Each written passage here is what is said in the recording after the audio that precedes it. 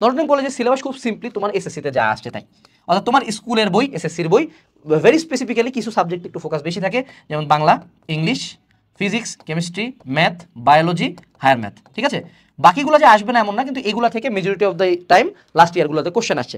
এখন আরেকটা কোশ্চেন হতে পারে যে ভাই কোশ্চেনের টাইপটা কি, টাইপের কোশ্চেন আসে নটরডেমে? এইটা খুবই ট্রিকি একটা কোশ্চেন। নটরডেম কখনো শুধু রিটেন করে, কখনো এসএ কিউ বলতে শর্ট অ্যান্সার কোশ্চেন, ছোট ছোট কোশ্চেন দেয়, এক কথা উত্তর টাইপের, ঠিক আছে। আবার কখনো পুরাটা এমসিকিউ করে, কখনো আবার দুইটার মধ্যে মিক্স করে, যে রিটেন আর এমসিকিউ মিক্স করে, রিটেন আর এসএ কিউ মিক্স করে, এরকম ঘটনা কিন্তু ঘটে নটরডেমে। তো তুমি এখন আসলে কোশ্চেন টাইপের জন্য যদি তুমি সব কিছুর জন্য প্রিপেয়ার নাও, তুমি ধরা খাবা। যেমন আমি আমার টাইমে আমি দেখলাম যে বেশ কিছু এসএ কিউ ছিল, 3টা ম্যাথ দিয়ে রাখছে, আমি তো ম্যাথ করার প্রিপারেশন নিয়ে যাই, আমি ভাবছি এমসিকিউ কোশ্চেন আসে, তো আমি করতে টাইমই পাই নাই, খাতা নিয়ে চলে গেছে, ঠিক আছে। তো এই জন্য এনডিসিতে যদি তুমি চান্স পেতে চাও বা যে কোনো কলেজেই, তোমাকে মনে রাখতে হবে your question can be anything, but একটা এখানে ব্যাপার আছে যে কোশ্চেনগুলো সাধারণত ছোট হবে।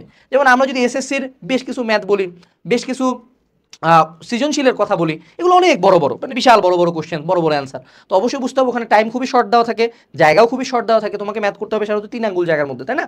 তো ওখানে অবশ্যই বড় ম্যাথ আমাদের দিবে না, ওখানে দিবে ছোট ছোট ম্যাথ। খুব বড় ম্যাথগুলো অ্যাভয়েড করতে পারো, বাট বইয়ের মধ্যে থাকি, বইয়ের মধ্যেই থাকি, স্কুলের পড়ার মধ্যে থাকে, ধরে নাও যে আরেকবার এসএসসি দিবা, কিন্তু অন্যান্য সময় তুমি হয়তো ফিজিক্স পড়ে যেতা, কেমিস্ট্রি পড়ে যেতা, বায়োলজি পড়ে যেতা, একটা সাবজেক্ট পড়ে যেতা, এখন তোমাকে সবগুলো সাবজেক্ট মাথায় নিয়েই আগাইতে হবে। সো দিস ইজ নটরডেমের সিলেবাস আর নটরডেমের কোশ্চেন টাইপ।